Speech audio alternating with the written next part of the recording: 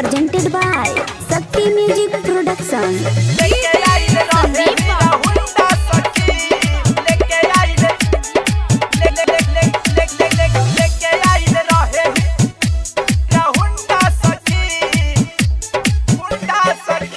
रहे करिए डरे समय आइल हमके देखी के कैल से ये समाइल हमके देखी के कैल से ये समाइल ए हो रहे करिए डरे समय आइल हमके देखी के कैल से ये समाइल रहे रंग थोड़ा फीका कैले मथावा पटिका रहे रंग थोड़ा फीका कैले मथावा पटिका ले ले संघवा में झुंडा सखी लेके आइल रहे हीरा हुंडा सखी चुम्मा लेके भागले गो गुंडा सखी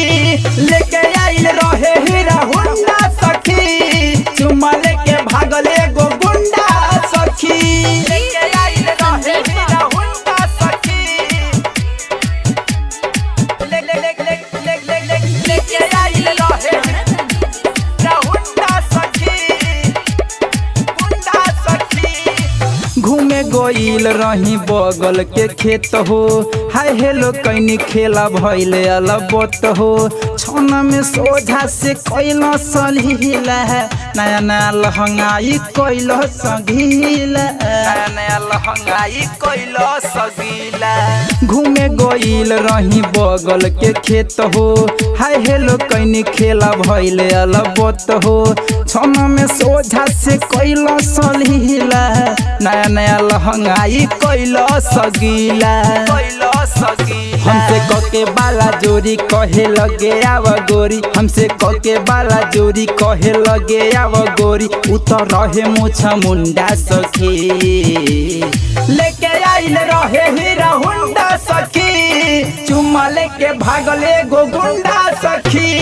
लेके आइल रहे हीरा हुंडा सखी चुम्मा लेके भागले गो गुंडा सखी लेके आइल रहे हीरा हुंडा सखी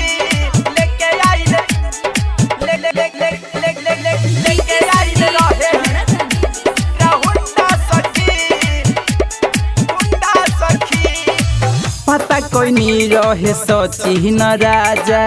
गाँव भर के लइकिन के लेला माजा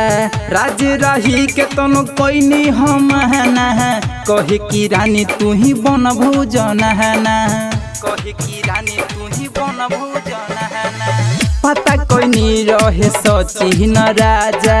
गाँव भर के लइकिन के लेला माजा राज रही के तनो कोई नहीं हम कहे की रानी तू ही बन भूजन सखी लागल बड़ी डर हमरा दिल के भीतर सखी लागल बड़ी डर हमरा दिल के भीतर कहे तोहरा के ढूंढब सखी लेके आइल रहे हीरा हुंडा सखी चुम्मा लेके भागले गो गुंडा सखी